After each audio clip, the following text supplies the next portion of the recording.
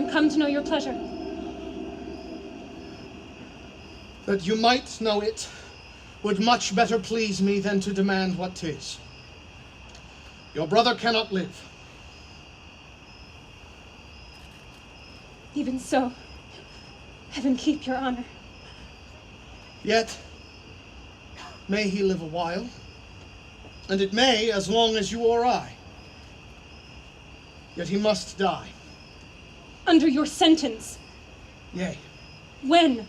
I beseech you, then in his reprieve, longer or shorter, he may be so fitted that his soul sicken not. Fie, these filthy vices. It were as good to pardon him that hath from nature's stone a man already made, as to remit their saucy sweetness that do coin heaven's image in stamps that are forbid. 'Tis all as easy falsely to take away a life true made, as to put metal in restrained means to make a false 'Tis one. set down so in heaven, but not in earth. Say you so? Then I shall pose you quickly.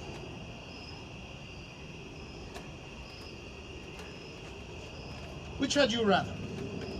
That the most just law now took your brother's life, and to redeem him, give up your body to such sweet uncleanness as she that he hath stained? Sir, believe this, I had rather give my body than my soul. I talk not of your soul.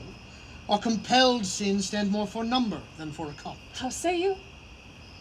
Nay, I'll not warrant that, for I can speak against the thing I say. Answer to this. Now the voice of the recorded law pronounce a sentence on your brother's life.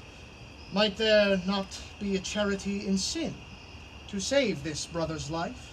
Please you to do it. I'll take it as peril to my soul. It is no sin at all, but charity. Pleased you to do't at peril of your soul were equal poise of sin and charity. That I do beg his life. If it be sin, heaven let me bear it. You granting of my suit, if that be sin, I'll make it my morn prayer to have it added to the faults of mine, and nothing of your answer. Nay, but hear me, your sense pursues not mine. Either you are ignorant or seem so crafty, and that's not good. Let me be ignorant, and in nothing good, but graciously to know I am no better. Thus wisdom wishes to appear most bright when it doth tax itself, as these black masks proclaim an enshielded beauty 10 times louder than beauty could displayed. But mark me, to be received plain, I'll speak more gross. Your brother is to die. So, And his offense is so, as it appears, accountant to the law upon that pain. true. Admit no other way to save his life, as I subscribe not that nor any other, but in the loss of question, that you, his sister, finding yourself desired of such a person whose credit with the judge, or own great place, could fetch your brother from the manacles of the all-building law, and that there were no earthly mean to save him, but that either you must lay down the treasures of your body to this supposed, or else to let him suffer. What would you do? As much for my poor brother as myself. That is, were I under the terms of death, the impression of keen whips I'd wear as rubies, and strip myself to death as to a bed longing had been sick for, ere I'd yield my body up to shame. Then must your brother die. And 'twere the cheaper option.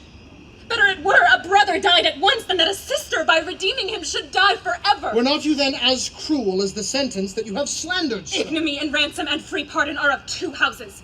Lawful mercy is nothing kin to foul redemption. You seemed of late to make the law a tyrant, and rather prove the sliding of your brother a merriment than a vice. Pardon me, my lord. It oft falls out to have what we would have, we say not what we mean. I've something to excuse the thing I hate for his advantage that I dearly love. We are all frail. Else let my brother die. If not a fettery, but only he, Owen, succeed with thy weakness. Nay, women are frail too. Aye, as the glasses in which they view themselves, which are as easy broke as they make forms. Women help heaven, men their creation mar in profiting by them. They call us 10 times frail, for we are as soft as our complexions are, and credulous to false prints. I think it well. And from this testimony of your own sex, since I suppose we are made to be no stronger than faults may shake our frames, let me be bold.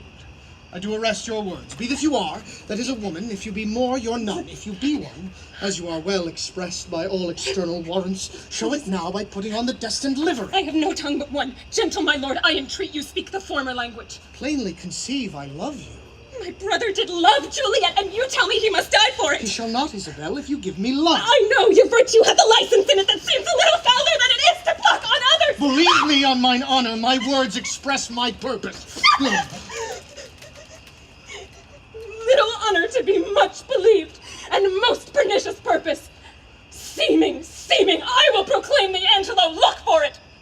Sign me a present pardon for my brother, or I will with an outstretched throat tell the world aloud what a man thou art.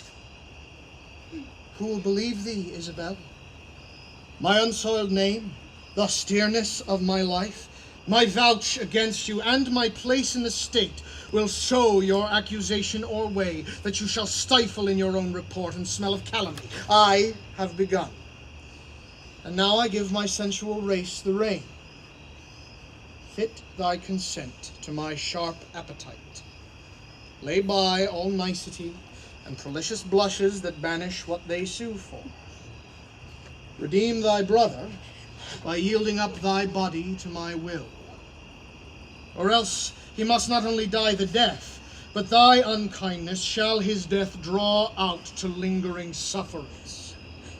Answer me tomorrow, or by the affection that now guides me most, I'll prove a tyrant to him. As for you, say what you can, my false o'erweighs your true.